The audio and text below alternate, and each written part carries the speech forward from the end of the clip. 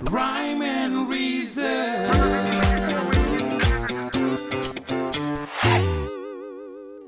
Kan zirhau tur hi Obadia bu khani dona nei hi chutung hlui bua bu toy ber ania Chang som ni pakhat chiawni Obadia bung khat to zong khania hey zol nei te minor prophets kan ti ho zinga mi hi nia ma se hi minor lo khop me thu hi Obadia thu mu hi Pathian atangin in larna mu hi zol nei bu kan zir chuan a thenin mu mangten manga a thenin Pathian he na tangin o mi te hriat tir tur an donga Obadia hi chu in larna a mu ania Chang ma sapera khanin ein tan kan Obadia bung khat Chang khata kan Obadia in larna mu chu tin ein tan ani tin zol nei hovin Pathian he na tanga thu an don hian Israel te ami te tan an dong thina tin an chevel ami te tan a thenin Palestine mi te tan te Amon ho tan te an chevel mi tam tak Babylon ho Assyria kan ti te tan ten dong thina Obadia bon po hi Edom ho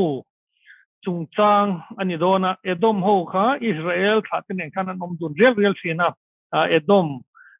ho kha Esawa tha ten ni Esawa kha Edom ti nia chu Edom ho tan a thudon ani bok ani ei kan zir thazel nga Esawa le Jacob pa chanchin chu kan shaveka Abraham ka Pathian ni thanga Abraham Isaka shinga Isaka khan fa phira ne ya Jacob le Esawa kami te unau kha anupum chunga train chual tan ngal kan ti kha Esawa chu senvek sapel mi tur pa te hanarot piang don ni kati khan omdun real si khan phir ni si khan nupum chunga tang hana in chual chawa ten Bible history kan en chuan Israel tele chami Judah tele Esawa thata kha in nai si in sual rang si hian an om thin ani ten hei Jacoba hi apoi mo ne em chu atha som pani na atha som pani te hi Israel thata kan ti hi khami tha som pani te kha ti khanin thupoi mo tak ta hin ron lang chho do ni le Jacoba le Esawa te unawnia Jacoba chu Israel te tha tu nia Esawa chu Edom tha tu ti kha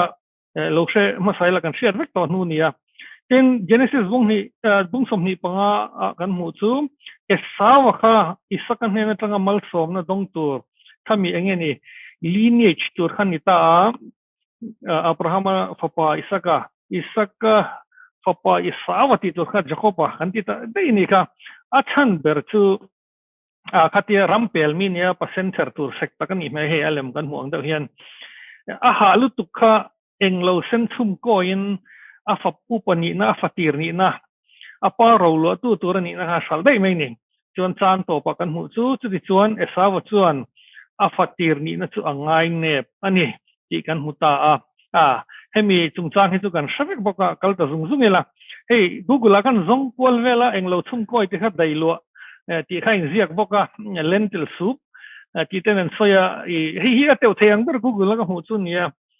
Jewish red lentil stew and tia Edom ti tu sen ti na ni meya ka Esawa kha anupum chunga tang khana sena asampo sena achak lo na po sen bok ni sena hini top mini Mizo tong chuan Edom an ti na chan po khan ya nakina tlang sena lo don le ngala sen hi ani vek mini Esawa hi tu hetiang da hi ni hetia lan zo kan ni bok ke chak si lo khop me ma se Esawa kha chu achak lo na ani hi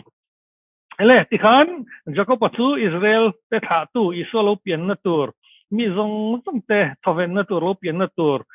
khani ta dei me no pangjok pon in om chi sapel chi pon ni velem lo kha Esawa kha Edom ho tha tu center tur te kha an ni ta ani kha kan chiang vek o me chon hei Pathian khanin an pani hian hemi tha te pani hi a om dun ti renga Edom kha heta Jerusalem tang pon na halo heta Judaram kan ti tha noya khanan oma ta kha Esawa tha te omna khani ta ti khan in Syrian in an om tareng thin ani kal zung ela Obadia buchunga chon lut tai la chu Edom ho Esawa tha te tan thu adong ta kan share vek lo me nga amaro chu Chang som ni pakhat chioma in lama khana thei lo share ta ula Esawa kha katia จะกุปเนียนขานินอันอินเรมเล็กันติดค่ะเจเนซิสขันข้าตาขานินกลางสังเดอุไม่เห็นมาวน์เซียรันเตียตัวนับคนหูตัวเราออกมาสังขบเมียคุดไลเวล่ะจวนสุดท้ายจวนนินช่วงกว่าเตะอัฐาเตเนี่ยอันนมชีนั่นนี่อันกลางในสังมาวังอินขัดไล่กันอินโดนซาอินโดลาเฮียนินอันนี้หินสันนิษฐานลุงจะพอผมทักเทไม่สังเฮียนสันนิษฐานนั่นนี่การตุกันสักกันอินโดโตชินกันโอ้ยมั้งกลางจุดทัดกันนี่เฮติเฮียนเตียนี่โอเบดียกลางปัทเทียนินเฮติเฮียนรอนเตียนี่โอ้นังลุงปุยเกะการเจงมุนสังหลวตู้ตัวเงี้ยเลยมิติทางเจริญรุตู้กิทินลุงสปอนอินอบุมเจนี่มัวงินซาตะกะทอกสมาลาอิบูซูอาร์ซิซิงเชโอนิมาเซลาสุตตาตูกะละทางเจลัลปนตีอัดซุงขันนั้นมาฟังเห็นนาสานมาฟังขันอันสปอมาอิสราเอลแต่ขันสุกเนี่ยนี่ที่อินโดทุลาปอตู้มาขันลาวบิกแล้วเนี่ยสาวเสียขันแล้วปุ่งเห็ดเขาปะ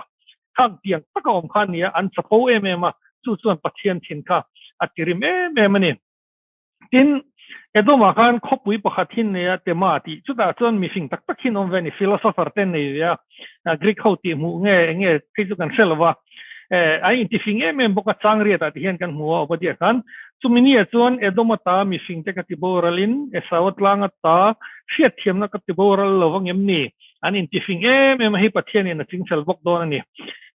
chu tlang chunga noma an konfi em ma tu man mi ti thatai lowang an ti yaอันนี้ที่ฟิงเอ็มบอกกันนี่ดมหูจูส่วนนี้สังสมนักการเทนทักเฮียนปัทเทียนี่นักเสมนักชันคารอนหลังตานี่ทีนปัทเทียนี่นักเสมดันตัวจูกุมขวาอติโบราณนี่อมังอารอนเตียนี่ขัดขันดมหูจู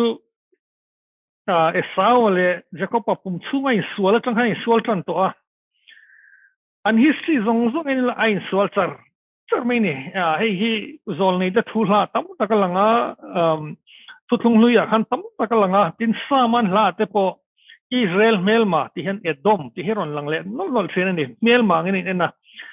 I chu mei chu ni lo edom ho chet dan kha Israel de beitu piang han lo chan pui chen Assyria hovin an temple ten ti chiak ta salan man khan edom ho yan lo pui ni tin Philistia ho ten po edom ho hin chang dun chen Israel be piang khalo chan pui chen ni hei nia pathian than namte be piang khalo chan pui ringot me ni kha pathian hen heta hen ron soita ipong ne kha ti jakopate tha ho kha khang tiang awang khan kum khwa ti boral omang ti babylon sultana lai po khan nom hi lo ti ve me ma se babylon ho khan an mani po hi nasa takin an tortir ve thawa headline history to say tur tama sai vak lo mai la nu pum chunga tangin history chungin an lo in do chia chuan Israel do ping an lo chana pathian hin an tirima pathianin khum khuaina ti boral don ni ti halo support mai la chu ain engeni heta Obadia thudon mu nge mai chu ni chuan hei pathian khanin aron deal thiam khop mai BC zani borvel khanin chutlain phuna chon arab atangin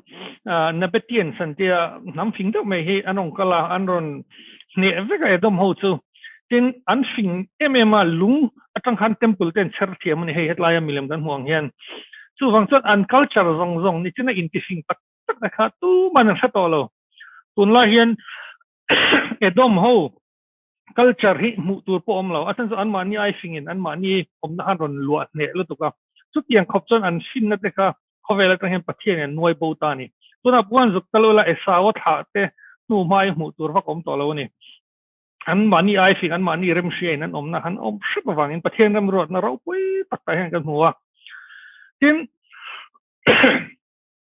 khatia esawa tha te kha tutung luile thar in karvel han ti do da na sa ta tok ve a naki na kan hule na chu I swalo pian dona khami judarama lal kha herodania politics and tin mani rom ho ne kan an khela ka soi to khan Jerusalem attack piang kha Jerusalem do piang han lo chan pui me ya eng tin mani Herod kha lala khan an siam veni esawa thate lal Heroda kha isua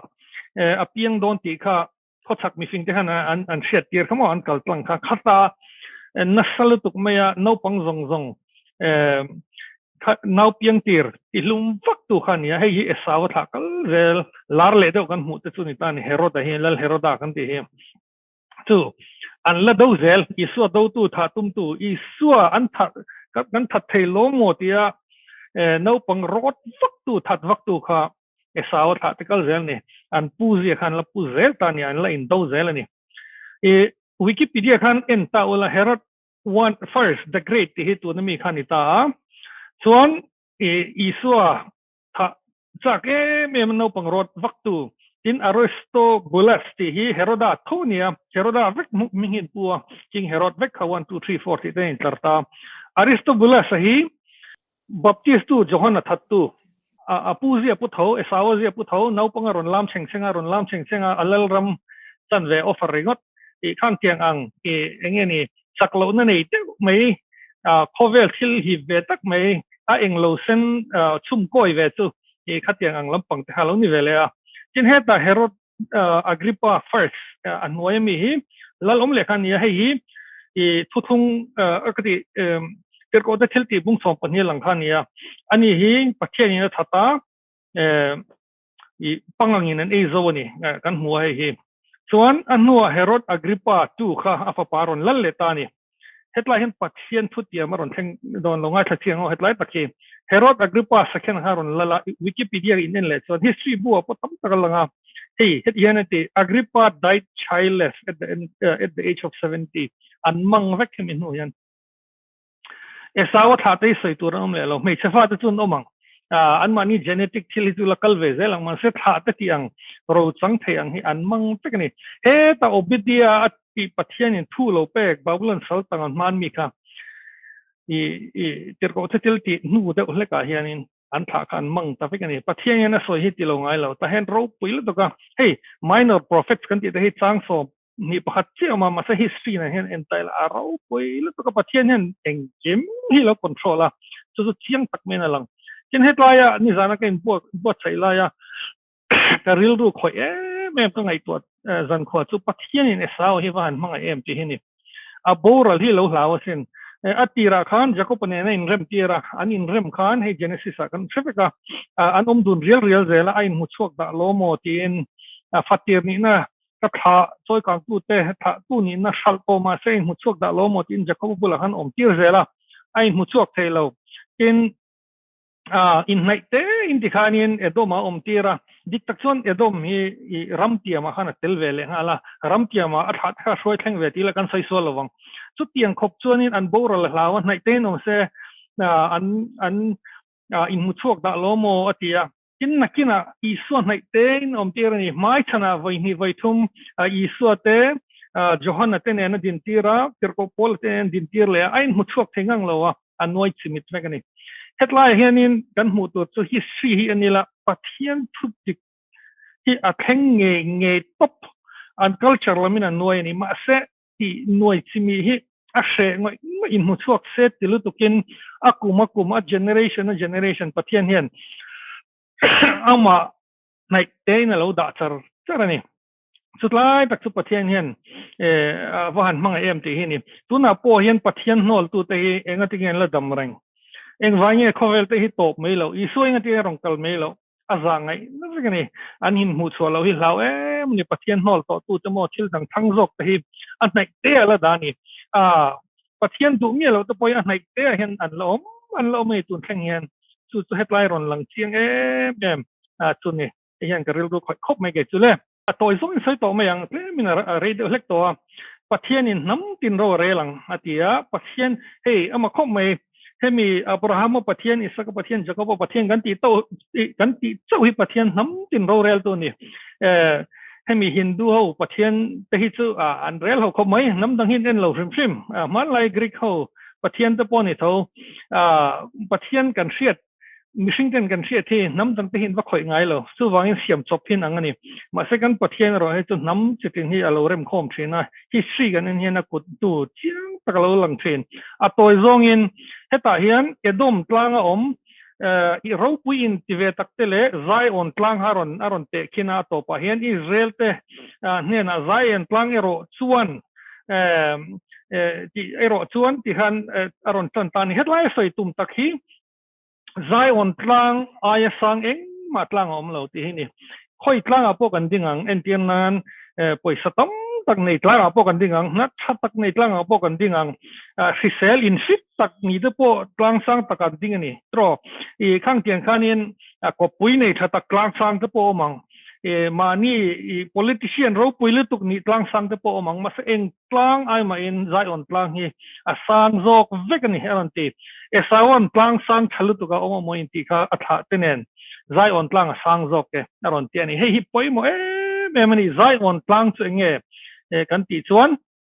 pathian omna ani maya pathian omna ai sang tlang om lo khovela hian kha aron soi ani ta ro pui hle ni le I radio hek to ti hian ti zung zung ila kan zir tur pakhat na fatir ni na hi isu kal tlangin kan perfect ni ro chang tu te kan ni tia polan sai isu na sai ya le khatona atlar nge ngoya fatir kan ni hi ini na kha sal su kan zir tu ma saper ni fatir ni na hi sal su hei pathian min perfect maya eng lo chum koi sen in kan thleng mekem hei I attention enge ni sumle pai tlem zong in fatir ni na thak mai attention ni na sang do mo chan thado mo am ani lo pon zan khatlek nom na te na sala hei tun lai hian in ko san shoi tu lu lok tak tak le lar tak tak ki an chan chin te ti khan an min tu sai lo mai la aron lang phuk phuka eng lo chung koi sen te hian in rong bol tu thata mo kan ti te hian in an fatir ni na hen lo sal ni chumale atin tlem bank account lo pung tu ten an sal le dai zel I esa ha mol kan ti view mai thei tu na hen kan mol sup ani I eng lo chung koi sen kan eng lo chung koi sen ni enge fatir ni na kan sal em amoni na sang de lek kan han ne hian fatir ni na te kan musikin angai ne party khamo Christian na te kan ngai ne mek zelasin ama khop mai kan chuan ber hi ni to manglo reng hey me I introduce reng hian hey ke chu kan YM secretary kan ya tentia ani lo pon he ta VCP te kan ya fatir Krista zara rolo tu tur kan it introduction tu man kan sei to lo poi khop mai dro kan chuan per tu re eng lo chum koi sen real time lai thave taxi ang hian kan sal mai ni le khatla ya kan zir tur chu fatirin in hi eng lo chum koi ini shat mek chuan sal to su ahlulu tuk appa ni le na chuan hey problem of the third generation plus katia chuan thumna tulam harsan na hey I esawa harsan na hi han sia thiam pui tum tai la tro abraham chu pathian yang khan an leng du na ti khan nai te na noma adota isaka po shoi shipa jakka esawa vero thung chu a chuan thumna ni a generation thumna ni ta I pathian nam than ti te pathian khan ti te kha angai sang em tami alo keni po centenary kha 84 vela ti ro kan lom han ngai to taila Christianity Mizo te Christian generation thumna te au pate chu pu te tlangin te kan ni ta athen chu generation lina generation ngana anopang deu chu generation ngana point yang an ngai sang ka vak haulo Christian na hi mo mak khop mai hei thalai te zinga te hen rong kan bol ve na sa tin mi te pokan observe fatro hey Facebook at an chuan peran post chu zu botol te zuk nia khan ngai san ter ni Christian na hen ngai sang zok mak khop mai Instagram like nga ka en chinang ka tia hemi experiment ka ti la hian mong ti po te an mong an chuang zo Christian na in mak khop mai I third generation hian problem tam tak kan nei tu na hian kan fatir ni nei kan sal me kan chuan ber ni tlat me ni I chu kan zir tu ma saber ni fatir Christian ni nei sal su ai adot le chuan jacob angin buan la amal som na pathian mal som na umro esaw nen an lo na chumo esaw chan reilo te nom na tur real tam shitha the kan sal dei me ya jacob vero thing chu abuan tra ka pathian ni ain pom chilani pathian in pom chil trang ro I thawak lo ni mai thei ke chu sao ha machine na chuan in a fel rok taka ring vel ani jacob pakha chu eng vak ma khani mmb lawa chan tin kan sia ma se a that na chu ati fu chu mo pathian in pom chel puya a bon ve tra chang ani ke ni pokan om na piang eng potila pathian in pom chel pui rengu a thu te chia rengla tong chai reng pokila kha kan ti ve tang tang tur ani kin pathian mal som nei adu me ma sao mal som na kha adong ta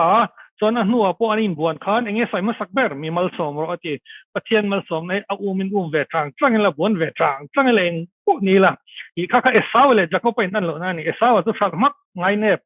jacob chu ngai sang ve thak a thawak bi thian lo amara chu a buan ve tang tlanga israel te tha som pani te pa ni der isualo pian na ni der pathian kan soire reng yawe hi jacob pathian ti ritel vel ti ve tang na nun har sa ni mai thai ti ve tang charo ki kha kan zir tur pani na ni alo ni le ta ni a pathum na chuan zion ai tlang sang om lo pathian chen ai tlang sang om lo ei hriat tu kan tin na tlang hi eng pu ni ro se ram shwai tu lampanga te mo na ro puya mo talent te mo sumle pa ni mo pian dan le mel te ni mo eng mo sa pakating viang hen ke ngai thina zion tlang ai sang i khovela hen tlang sang om lo ni eng ting e zion tlang kan din ang tharau thia hei zion tu pathian om na mun pathian chen na tin ani ya new testament a chuan pathian hian ke mani thau hi tharau thiang le ma chen chel min promise a chu wangin zion tlang a tun lai din dan chu e tharau thiang lim cheng chel ring tu ni nge ani top mai ni tin ring tu ni na te ring tu te in pol na tel tam te pathian chu ta chu cheng thina in khom tam pathian nei tu tak tak tharau thiang lim chen chel nge kha ring tu ve si tharau thiang lim mel hriat yelo in khom na nuam chelo a toi nuam ti tlan bo tum reng kha zion tlang an ding lo tin a lon tani khatiang khan tharau thiang lim chen chel nge ring tu te in pol na tel tam nuam ti nge ring tu ti kha zion tlang an din dani tin eng din un ma zion aya da san lo tur engei chuan ber ti thut se tun a hian iso zara ka chan hi ti mak tu ni lawa engei chuan ber kan wang lai te chuan saki chuap eng ka hon ve tia kan tran chuan zion tlang ni lawa tlang danga isawang hen kan ding ti na along ni tan ni le khai khom tamela kan khai khom na chuan obadia kan zira Chang som hi pakhat chu ma thu minor prophet 23 na ma ra chu lo minor lo na samai history zong ne na kan en chuan pathian rorel dan thu kan huwa ami te a than dan te theology lampanga tam tak pathian chung chang kan huwa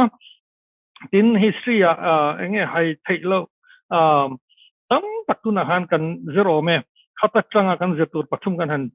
tarlan te shut tarengila fatir christian in eng mindful su